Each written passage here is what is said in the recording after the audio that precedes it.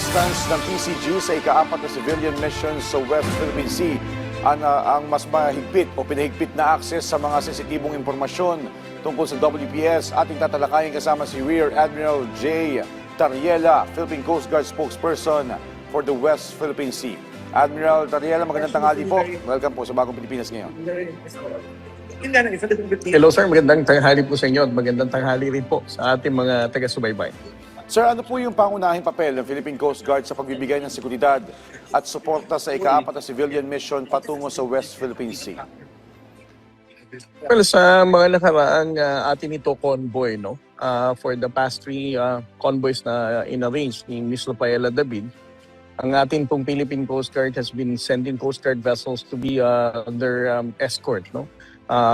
Not because we are supportive on the part of the government, but we wanted to ensure, no, the safety and security of those who will be attending. Alam naman natin na this is a civilian convoy, so we have to make sure na kung sakaling they will be harassed by the Chinese Coast Guard or the Chinese Maritime Militia, at least the Philippine Coast Guard can protect them, no, and ensure their safety.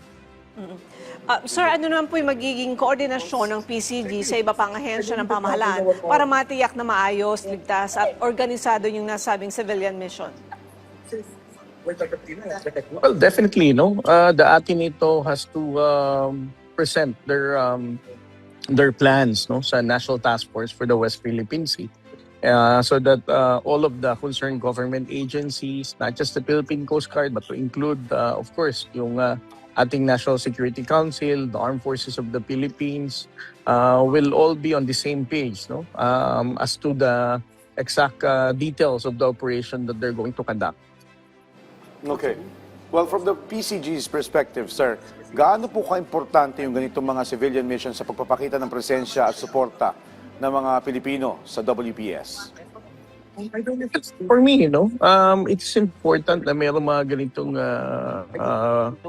activities ang mga civil society. Sa mga nakaraang 3 Atenito convoys na ginawa nila, we saw how the Chinese government really had a hard time, to prevent them from attaining their objective na mapuntahan nila yung mga maritime features that they really plan to go, no? And para sa akin, it just goes to show at the same time na ang ating mga kababayang Pilipino, these are volunteers, this is not initiated by the government, ay pagpapatunay na tumataas na ang kamalayan ng ating mga kababayan at ipinapakita nila yung pagsuporta nila sa Armed Forces of the Philippines and for the Philippine Coast Guard and for the national government as a whole.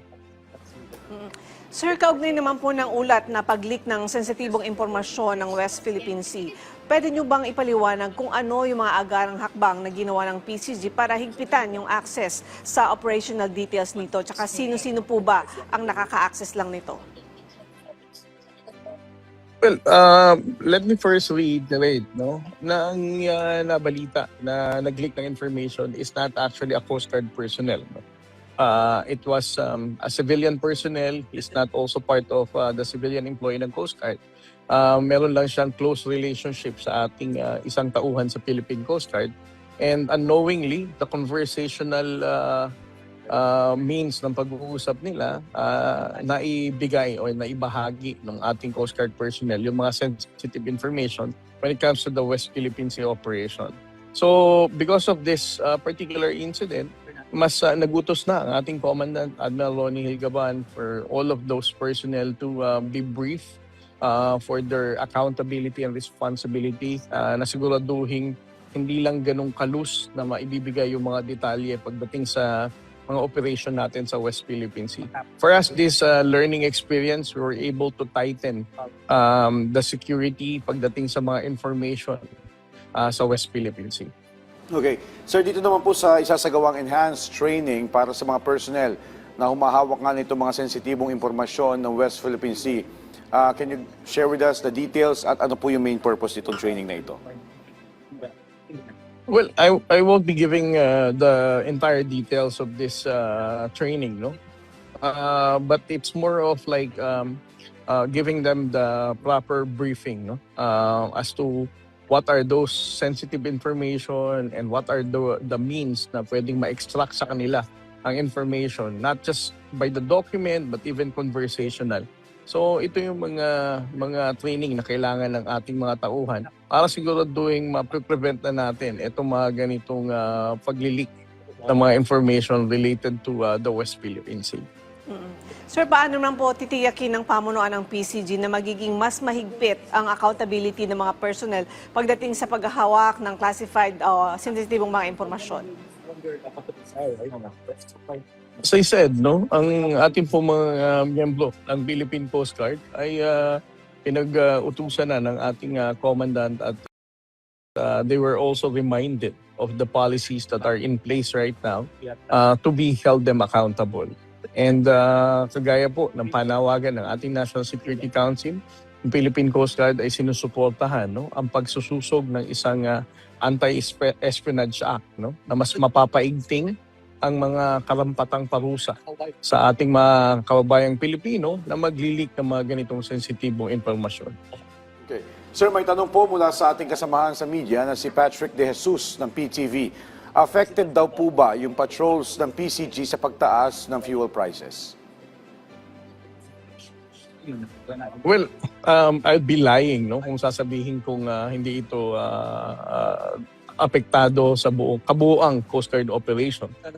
Because we know for a fact na hindi talaga namang matindi ang impact ng fuel sa ating lahat, hindi lamang sa gobyerno. But again, the commandant expressed his commitment despite of measures na mas mapatipid natin ang ating mga consumption ng fuel for the entire Coast Guard organization. Ang ipa-priority pa rin natin is of course our vessels, para siguraduhin meron pa rin tayo nagpapatulyang barko sa West Philippine Sea. Sir, sunog naman na tanong ni Patrick De Jesus, ano daw po ang reaksyon ng PCG sa recent survey na majority of Filipinos still support the government's transparency initiative on West Philippine Sea?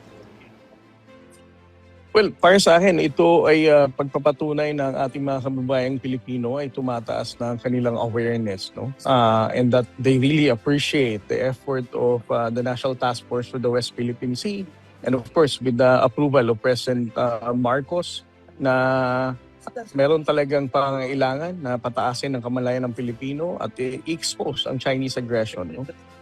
I think this is clear evidence ng overwhelming support ng ating mga kababayan at pag-intindi nila ng kahalagahan ng transparency efforts to counter Chinese aggression in the West Philippine Sea.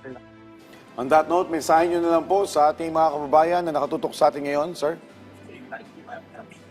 Well, una sa lahat, nagpapasalamat ako sa ating mga kababayang Pilipino sa kanilang suporta sa ginagawa ng ating pong pamahalaan pagdating sa transparency.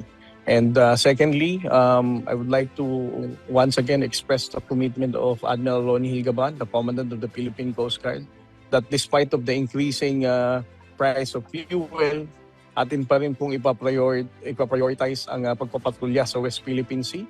Hindi po natin ikokompromiso ang pagdideploy ng ating mga barko at eroplano para siguraduhin ang karapatan ng ating mga kababayang mangingistang Pilipino. Alright, maraming salamat po sa inyong oras at sa impormasyon. Rear Admiral J. Tariela, PCG spokesperson for the West Philippine Sea.